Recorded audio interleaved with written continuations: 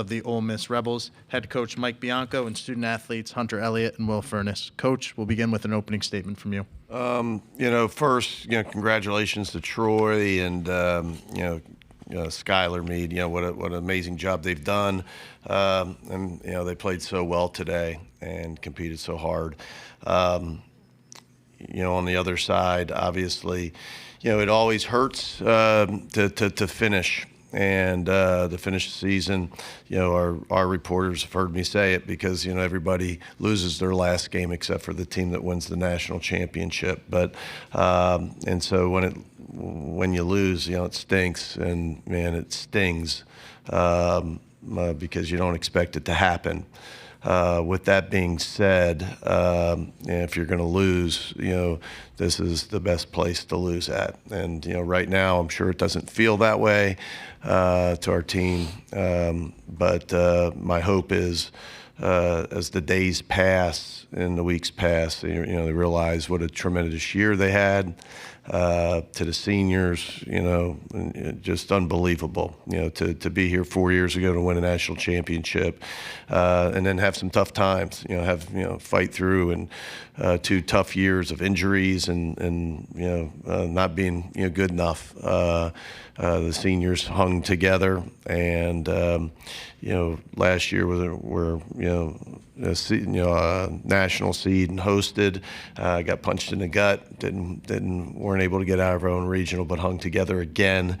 Came back their senior year to get us back to Omaha. So just so proud of those guys. I just told them on the field, how indebted I am, the coaches are, and Ole Miss, and all the fans, they're indebted to these guys for righting the ship, and getting us back here. And so disappointing, but just very proud. We're going to open up the questions for the student athletes. Jake McKeever, College Baseball Center. Hunter, your coach kind of alluded to it. You pitched here as a freshman, had 2 long years of rehab to finally toe the rubber again at Omaha. What went through your head during your start? Yeah, good question. Lots of gratitude. I was grateful to have another opportunity to step on that mound on this stage of college baseball and just kind of showcase myself again. I'm just really grateful that we, like you said, righted the ship those couple years, got this program back on track, and are ending our season here. Michael Katz, Daily Journal. This is for both Hunter and Will. I know this is all very fresh right now, but what did this season mean to both of you, and why do you think this team was able to accomplish the things that it did? Yeah, this season was special. I think some because of how hard it was. We had a tough schedule. We had really tough road trips. We had really just tons of tough games. And I think that's why this team was so special and why we were so good late in the year. Is because we were able to stick together through it all. This team means so much to me. Those teammates on that bus right now, man, they're brothers for life. It's hard to find the words right now, obviously. But yeah, it was a special season with a special group of guys. Yeah, just all that what he said, and I've been with a lot of these guys for a couple of years. Obviously, there's some new guys around, but I think we had 19 returners or something like that. And some of those guys I've been with for 4 years.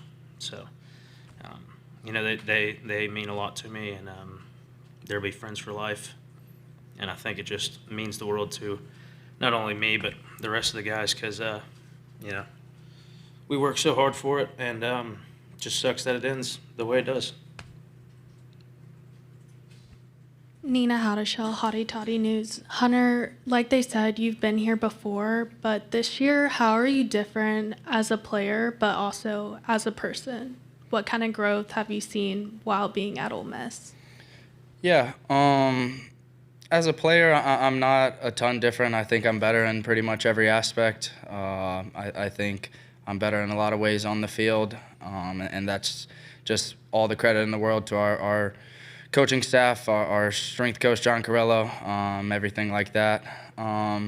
I feel like the biggest difference is kind of how I am as a person. I feel like with this year's team, I was much more of a leader. Last time I was here, it was kind of following the likes of all of the older guys, and my role was more on the field.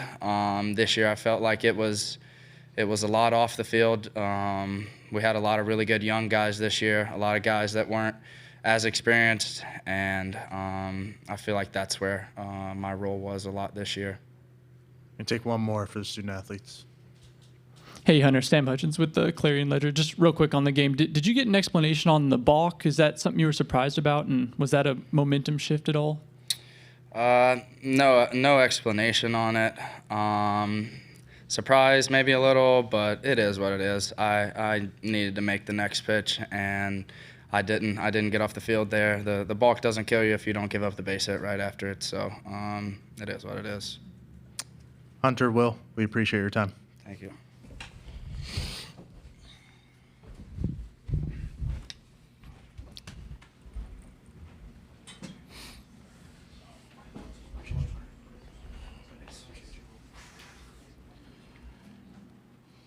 Okay, we'll now open it up to questions for Coach. Start with Noah. Noah Bieniek, 11.7. Coach, what's kind of the scouting report on Troy? That lineup has really heated up in the postseason, and they stacked those lefties in the lineup, and today we saw you kind of attack them with southpaws on the mound. Yeah, we thought left was good. Originally, the reason Hunter was pitching because we thought Ray was the best matchup for North Carolina.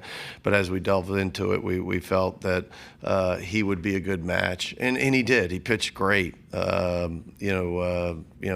Unfortunate fifth. That when you look at the box score, I don't think it's. Reflective of how well he really did pitch and pitched out of some jams, but credit them. They got all the big hits, and that's happened in our two games. We just when you get to this point and everybody's so good, it's about the at bats and making pitches and getting off the field. It's about having big hit, as Hunter said. I mean, he's so mature. I mean, to accept your question and just say, hey, it is what it is. I just didn't make the next pitch and get off the field. And at the end of the day, as frustrated as everybody is, he's right. But credit Troy for getting the big hit and time again. And you look at the back half of the game, we scored runs, but we just couldn't stop them. They just continued, and it didn't matter. But certainly we're able to make adjustments. Hit a fastball out, hit a slider out, and I think might have hit a change-up out. So they just a great job by them, and just at the end of the day they just beat us. Mike, Chase Parham, 24/7 Sports. Walker hadn't been hit like that all year this weekend. How much was just their offense, or was he a tick off in any way this weekend? And it's hard. I mean, at some point probably dive into TrackMan and where the pitches were, and we knew North Carolina. We probably didn't. They had swung so well against left-handers, and we really didn't. But at the end, when your closer's left-handed, you're kind of stuck with that. And he's handled every situation. And again, we didn't want to bring him into the seventh. Today, we thought that was a lot of outs to ask him to get, not necessarily physically, but the adjustments that they've made, that they started to make against Hunter. Could he get through the lineup, and a couple hitters, because it's hard to go 9 up, 9 down. I don't really know. I know when he came in today, it seemed like a lot of balls just missed middle. It's hard to tell from the dugout side, but you're right. I don't really have the answer for that. Jake McKeever, College Baseball Central. Coach, Hunter and Will said that they both took on major roles off the field. Both these guys were with you for 4 years, which in college baseball is extremely rare. How have you kind of seen them mature off the field, if you will. Yeah. And Hunter 5, right? And then, Will 4, Udemark, another 4-year guy, as you mentioned, in an era that doesn't happen. They're either getting drafted or transferring, or and so especially when times were tough. And so we're forever indebted to those guys for making us better. For making the program better. But as Hunter said, they've become leaders. Most guys don't come into the program as leaders. It's tough. Tim Elko, I don't think anybody as a freshman thought he was a leader. But when you look up at the faces of the program, Will and Judd and Hunter, they've been awesome, and been awesome for their teammates to lean on, guys that do it the right way. I've said this a ton about Judd, but it's to all of those seniors that as a parent, my kids are growing up, but if you have younger kids, that's what you hope your kids are going to grow up to be. They're all good students. They're all great kids. They're neat to be around. They do it the right way, and just so proud of them. But that's I really believe our sport, and I hope it does. It continues to do that. That it's different because you can really lean into those leaders and those great teams, and sometimes that's the difference maker. The secret sauce, if you will, to being, a great baseball team, when you get, enough guys like that. We're going to take one more question for Coach. Michael Katz, Daily Journal. Mike, I know that every team is different, every year is different, but what did this specific team, and this postseason run mean to you? Wow, that's tough, Michael. I don't think of it that way, so it's hard to answer questions like that.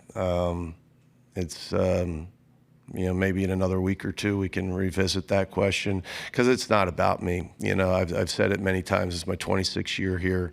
All the teams are different, and they're all special. There's different kids. You have Hunter Elliott as a freshman, or Will Furnace as a freshman, and you watch those guys grow. And that's why it's you got the coolest job in the world. Is you get to be a part of that. You get to be a part of their maturation as a baseball player and as just a person. And so it's really cool. But I'm proud, as I said, of those guys. It stings again when you lose, but it's different when you lose here, and I hope they know that. It's tough, a lot of tears, out on the field, but my hope is, as time passes, they'll realize, what a special group of guys and what a special team. That marks the end of our press